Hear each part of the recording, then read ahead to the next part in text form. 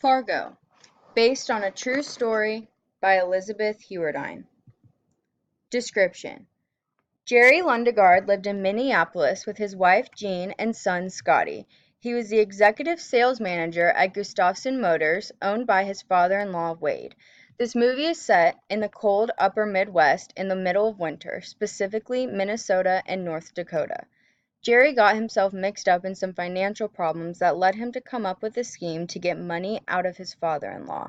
This elaborate scheme, which involved two criminals kidnapping his wife, led to even bigger problems that he did not expect. Diagnosis: Jerry portrayed a character who was clearly narcissistic in his behavior. Narcissism is described as a disorder in which a person has an inflated sense of themselves and no empathy for others. The culture of the film is depicted as the typical upper Midwest, unexposed, small town. If Jerry would have been diagnosed by a therapist in this setting, they would have also seen his behavior as selfish and dangerous. In the United States, this behavior is easily spotted and not accepted in society.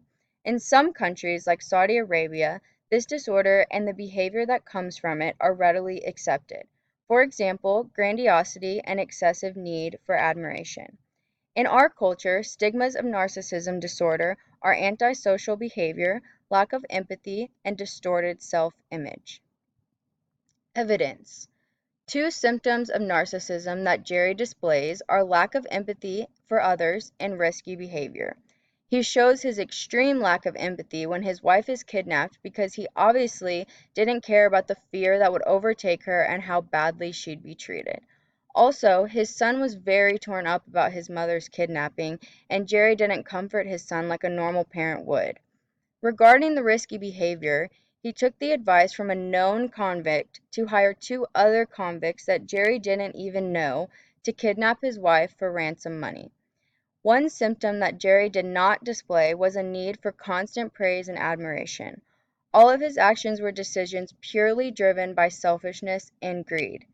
His lying became so epidemic that after so many lies he could not get himself out of the situation.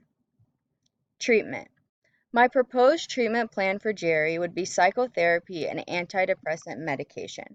Psychotherapy would include conditioning him to understand the feelings of others and consequences to his actions. I feel as if Jerry showed signs of depression and anxiety, so I think he would benefit from using antidepressants or anti-anxiety medication for a short period of time. I don't believe there are any ethical concerns for this treatment plan because it's accepted in this society and not dangerous. At the end of the movie, Jerry is ending up in jail due to the bad decisions he made. It would be very difficult for my proposed treatment plan to be carried out in the prison system because it's narcissism. Other, more serious personality disorders might be taken more seriously in a prison setting.